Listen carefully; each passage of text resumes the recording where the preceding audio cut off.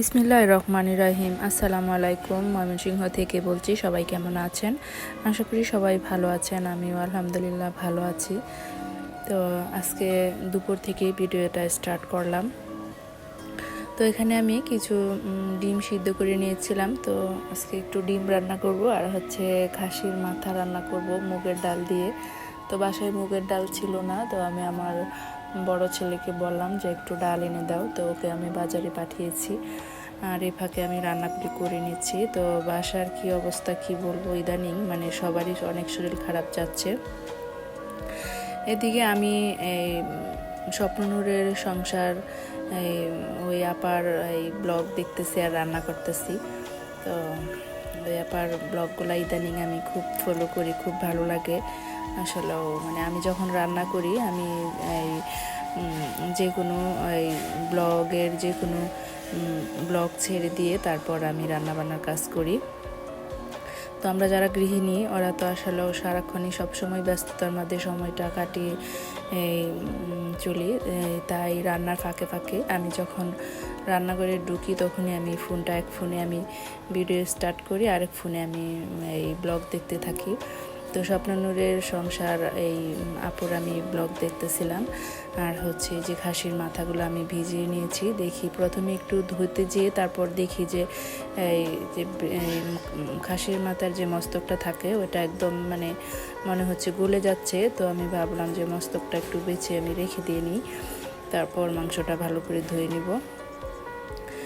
তো এখানে 3টা খাসির মাথা ছিল। তো এখানে আমি দেখে জিব্বা যেগুলো আর কি পরিষ্কার করতে হয় ওইগুলো আমি একটু একটা বাটিতে উঠিয়ে নিচ্ছি। এগুলো আমি ফাপ দিয়ে ভালো করে ক্লিন করে তারপর দিব, আর বাকিগুলো আমি ভালো করে ধুয়ে নিচ্ছি। আর এক পাশে যে খাসির কিছু মস্তক উঠিয়ে নিয়েছি। তো ভালো করে একটা করে আমি ভালো করে ক্লিন করছি। এই মাথা আসলে ভালো করে না ধুয়ে রান্না করলে একটু মানে কেমন জানি লাগে। তো আমি এই খাসির মাথা যেদিনই রান্না করি আমি নিজের হাতে একদম ধুই পরিষ্কার করে। তো এই যে আবার এখানে মস্তকটা ভালো করে এখন আবার আলাদাভাবে একটু ধুয়ে নিলাম চালনা করে। তারপর ভালো করে ধুয়ে এখন আমি মাংসটা পানি নিগড়ে রেখে দিয়েছি। তো এখানে সিঙ্কে অনেকটাই পানি জমে গিয়েছে, তো আমি এখন ভালো করে ক্লিন করে নিব। তো আমার আজকে 2 দিন যাবৎ শরীরটা অনেক খারাপ, প্রচণ্ড জ্বর আসছে। তো এই জ্বর নিয়েই আমি এখন ভয়েস দিচ্ছি। তো নতুন চ্যানেল যেহেতু খুলেছি, এই একদিন ভিডিও দিলে আরেকদিন না দিলে আসলে চ্যানেলের অনেকটাই ক্ষতি হয়ে যায়। তাই কষ্ট হওয়ার সত্ত্বেও আমি ভাবলাম যে ভয়েস ওভারটা দিয়ে দিই, যেহেতু ভিডিও আগের 2 দিন আগের এগুলো আমার করা ছিল ভিডিও। তো এডিটিং করে আমি ভয়েস দিয়ে নিচ্ছি। তো এখন আমি সব মাংস ভালো করে ধুয়ে গুছিয়ে রেখে আমি এখন এই থালা বাসনগুলো কিছু জমেছিল এগুলো আমি ধুয়ে নিচ্ছি। তো আজকে আমার বাসার যে খালা আছে ওই খালাও অনেক অসুস্থ। বাসায় এসে বলতেছে যে ওনারও অনেক জ্বর আসছে শরীরে, ওনারও হাম বের হয়েছে। তো আমি বাসার খালাকে আমি আজকে ছুটি দিয়েছি, ছুটি দিয়ে আমি সব কাজ আমি একা হাতেই করে নিচ্ছি। আমি খালাকে বলে দিয়েছি যে আপনি যে পর্যন্ত সুস্থ না হন এ পর্যন্ত কাজে আসবেন না, কোনো সমস্যা নাই, আমি একা করে নিতে পারবো বলে আমি খালাকে আমি ছুটি দিয়েছি। তারপর আস্তে আস্তে সবগুলা কাজ আমি সেরে নিচ্ছি। তো আজকে অনেক রোদ উঠেছে, প্রচণ্ড রোদ, আকাশে প্রচণ্ড রোদ উঠেছে। তো ভালোই লাগতেছে, যেদিন আকাশ পরিষ্কার থাকে এদিন কাজ করতেও অনেক ভালো লাগে, এনার্জি পাওয়া যায়। সব কিছু একদম মানে শুকিয়ে শুকানোর কোনো ঝামেলা নাই। বৃষ্টির দিনে আসলে কাপড় চোপড় শুকানো অনেক ঝামেলা থাকে। তো কাপড় শুকানো, একবার ব্যালকনিতে দেওয়া, একবার নিয়ে আসো, এগুলো করতে করতে অনেকটা সময় চলে যায়।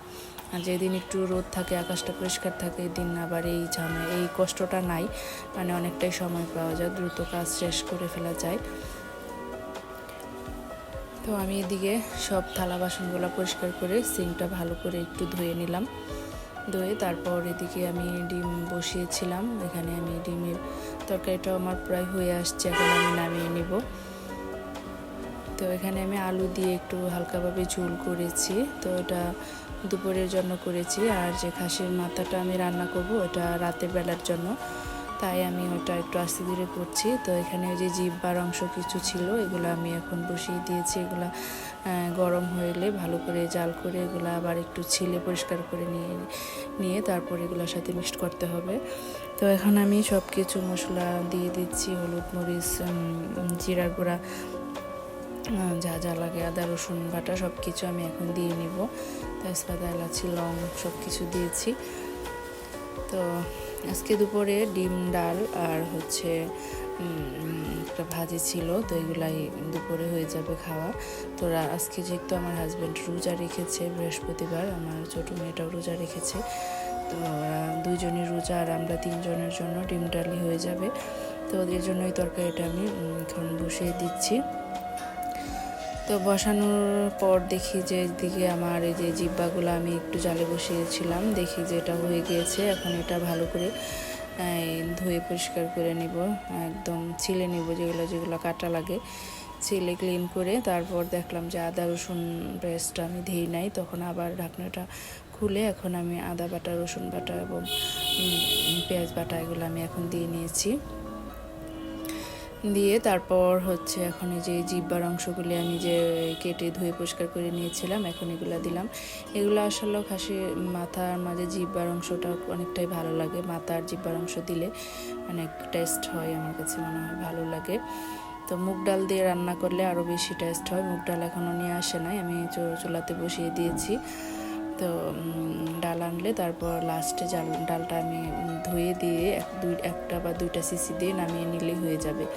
তো এই হচ্ছে আমার আজকের ব্লগ, এখানেই শেষ করছি। তো এখন সব রান্নাবান্না শেষ করে এখন একটু নামাজ পড়ে নেব। তো আজকের মতো এখানে বিদায় নিচ্ছি। সবাই ভালো থাকবেন, সুস্থ থাকবেন। আসসালামু আলাইকুম।